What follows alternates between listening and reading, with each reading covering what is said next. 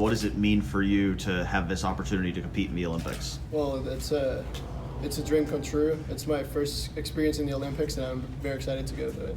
What's it been like getting to this point? What are the things that you had to do to get yourself ready to be able to compete at the Olympic level? Well, it has been a long path to get to it. I started when I was 7 years. Now I'm 20, so it's been ups and downs since then, and hard training and sacrifices all over it. And I always keep a positive mind to get to this point.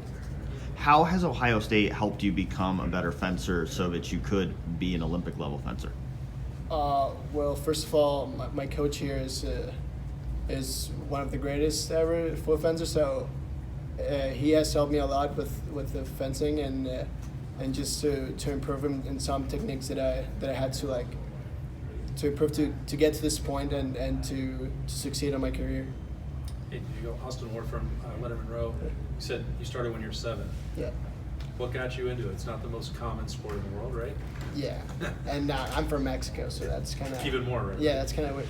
So I like swords a lot, and then I have two older brothers, so they got into fencing, and I was used to do sports, but then I saw them like traveling all around Mexico, so I was like, hey, I want to do that too, and so I just jumped in and I liked it a lot. I like how the game works, how prepared you have to be to fence. Was that hard to find, like, training or getting into it competitively in Mexico? Or? So even though it's a small sport in Mexico, it's not as small. It's kind of a big sport, but there was a fencing facility in my town, so I just went there and start training and all that stuff. Diego Cervantes, Columbus Dispatch. You said you like swords. You mean in fencing or just swords in general? Just like maybe it started with Star Wars or like some stuff like that. So I was like, hey, fencing is kind of like that. So I'll try it. For lightsabers. Yeah. But then I now like my foil. What's the secret to success in your sport? Is it reflexes? Is it mental So focus? fencing is like chess, right? But like with movement and speed and like reflexes, as you said, you have to be prepared on the action you have to do, and set it up really good so the opponent like misses or do what you want him to do. So it's basically chess, but with speed and movement. What brought you to Ohio State from Mexico? So 3 years ago, I went to this World Championship cadet sub 17, and I got third place in the world. So the coach back then here, he contacted me and tried to put me on the team and started since then.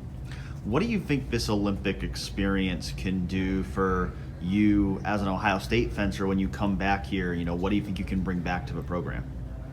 Well, definitely maybe get an NCAA championship, and just it improves me a lot, and just to keep me fencing here and getting the NCAA championship and more titles.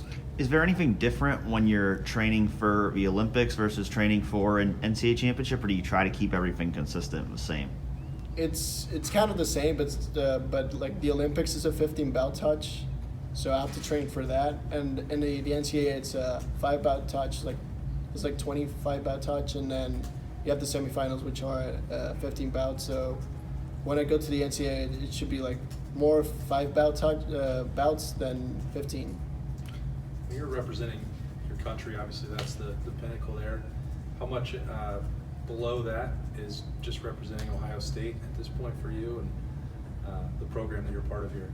I didn't get the question. Just like you're representing your country, but you're also an Ohio State fencer. Yeah. Like that's not what you're going over Tokyo for, but I'm sure there's some element of pride for your program here. Of course, I always have like the Ohio State because they have helped me a lot to improve and to get to that level. So it's my way to pay them back. It's just like to wear this stuff and just to feel part of Ohio State and represent them. Even I'm in the Olympics, I want to represent them there. Yeah. Even I'm representing Mexico, I want to represent Ohio State too because they have helped me a lot with it. There's there's 26 different athletes here at Ohio, who current or former athletes here at Ohio State, going to the Olympics, and you're representing a lot of different countries. Like, how cool is it to be a part of that? That you're not only all just representing Ohio State, but you're also representing all of these different countries around the world.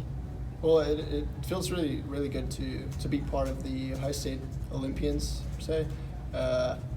It's a lot of work behind it, and it feels special to be part of it. Diego, Pete Nagos from Runner Up. When did the Olympics become something like you wanted to achieve and thought you actually could achieve? So I think it started when I was like 11, watching the London Olympics in 2012. I was watching my teammate Daniel Gomez, who went to London, and I don't know, I really wanted to go, and it has been my dream to get an Olympic gold medal, and well, this is a step to it, right? So. How much has Ohio State helped you get to where you're going right now? As I said, it has helped me a lot. My fencing has improved since 1.5 years ago when I got here. It's been just going up, and it just helped me to get to this qualification, and hopefully we can go to Paris too and get a medal there, even here. Diego, Jacob Van from the Lantern, just running through your accolades, you've been a part of the Mexican national team since 2015. Just have you heard about the Olympic experience? Have you received any advice? Just what have you heard, about the event that you're about to participate in? Well, I heard a lot of stuff from my coach too. He's been Olympian 3 times, so he has a lot of experience. Bronze medalist. He has told me all about like just the venue itself. It's different. You feel very special there, so you get a lot of nerves. And I heard it's a great experience from past teammates that went there, and I'm really excited for it. I can wait. And yeah. And with the Olympics being, a global stage, how do you plan to handle the pressure of competing, in front of the whole world? Well, I've been prepping for this all my career, so I think I'm ready. Obviously, the nerves will come at the time, but I have to concentrate to it and just be in the bout, and just one bout that I have to fence in the 64s.